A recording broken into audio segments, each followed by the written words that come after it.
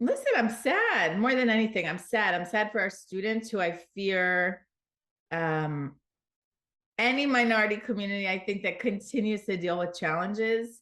At a certain point, you say, is it even worth engaging? Should I opt out? I think that's what keeps me awake at night, worrying that students will just walk away from communal life because they're just sick of being beat down and sick of feeling like they constantly have to be explaining themselves. You know what I mean? They just want to like be able to practice their faith and be a part of a community and also build bridges and be allies and really feel like they can engage during college in a meaningful dialogue around difference.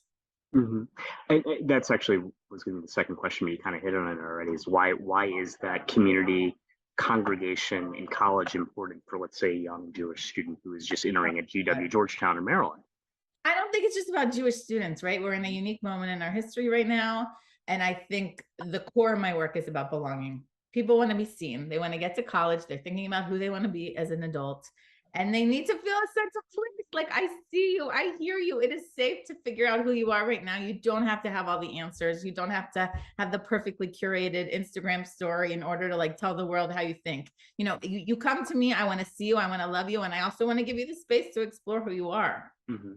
Unfortunately, it seems like we keep doing these stories in cycles too. Like I remember the inauguration before last, the last president, there was a spike, and then unfortunately, I mean, 40th anniversary of today, there was a spike, and now Kanye West. It seems like this is back in the news.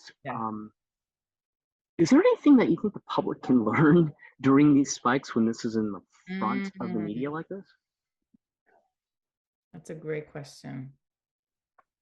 I heard somebody say once that true leadership is the ability to listen to the sane, silent majority.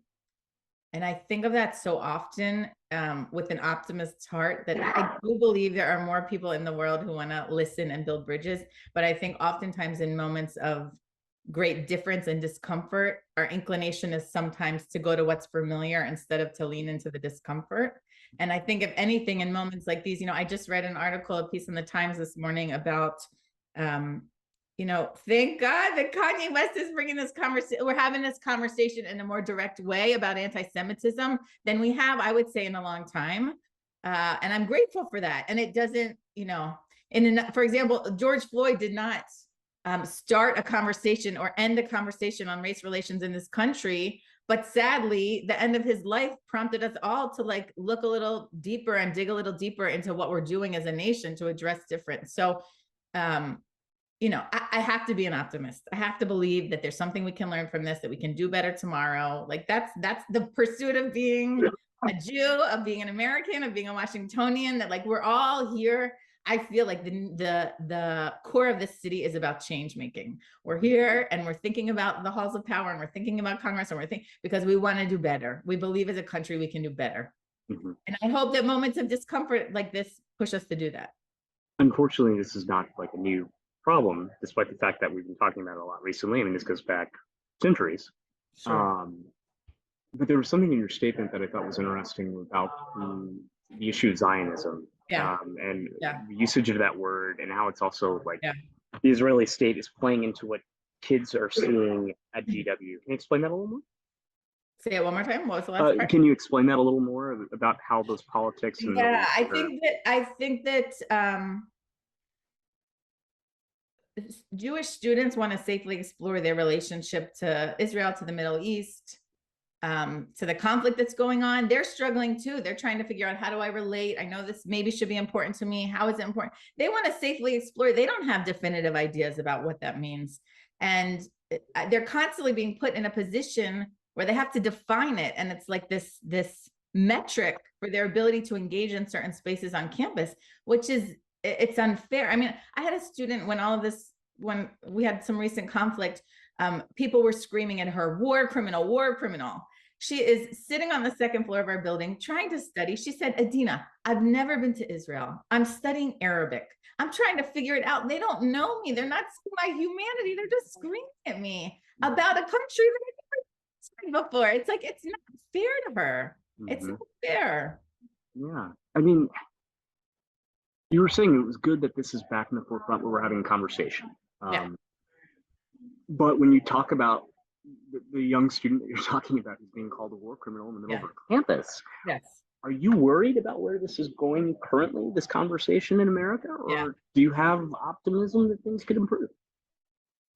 I always want to have optimism. And I do think if you look at the cycles of history, as much as we want to say, oh, it's unprecedented, like, listen, you don't have to look in far distant history, particularly on the anniversary today, to see that hatred often takes a horrible shape and results in a violence that I always am thinking about that slippery slope. And yet I also see, like, I've done this work now for 15 plus years. I believe deeply in the space that college provides to think critically about who you want to be and how you want to change the world, right? And so as much as I think people look from the outside looking in at college campuses and think, they have a lot of assumptions they make about college students, about administrators, they make a lot of assumptions. I encourage anyone, like, pick up the phone and call a college student and say, like, what are you thinking about when it comes to identity? What's on your mind? What are you thinking about with your Jewish identity? And I can assure you it will be a different headline than what you often read on social media, and in other places along those lines. And I guess that's a good way to wrap this up too, in a way.